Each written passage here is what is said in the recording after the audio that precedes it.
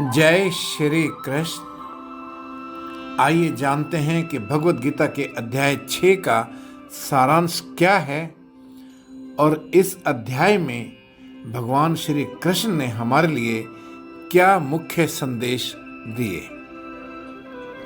भगवान ने अध्याय 6 में आत्म साक्षात्कार के लिए ध्यान का महत्व बताया है। ध्यान के लिए आवश्यक शर्त है कि मन शांत हो।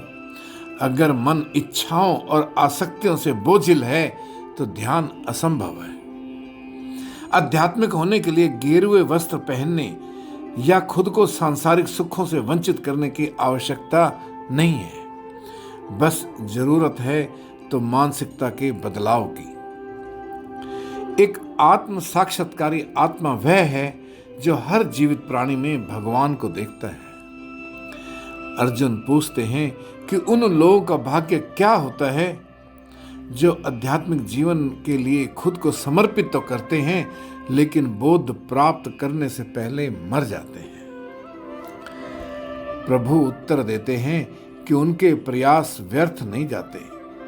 वे अगले जन्म में सुखी और धनी परिवार के घर में या किसी योगी के परिवार में पैदा होते हैं जहां वो पिछले जन्मों में अर्जित ज्ञान से आत्मज्ञान प्राप्त करने के लिए और अधिक प्रयास करते हैं।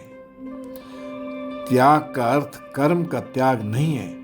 त्याग का अर्थ है उन बाधाओं का त्याग करना जो उत्तम कर्म के मार्ग में आती हैं। जो सक्रिय रहते हैं उनके लिए कर्म का मार्ग सही है और जो चिंतनशील रहते हैं उनके लिए त्याग का मार्ग सही है।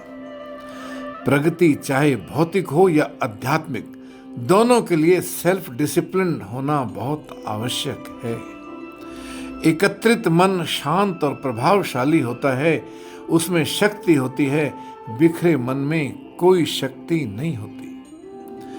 भलाई करने वालों को कभी दुख नहीं होता और स्वार्थी लोग नष्ट हो जाते हैं। समर्पण के साथ अगर कार्य करते हैं तो मन शुद्ध हो जाता है, आध्यात्मिक अनुभूति गहन हो जाती है और मन शांत हो जाता है। कठोर तप करने से सफलता नहीं मिलती, इसलिए मनुष्य को अपने खान पान, कार्यकलापों, आमोद प्रमोद और निद्रा को संतुलित रखना चाहिए।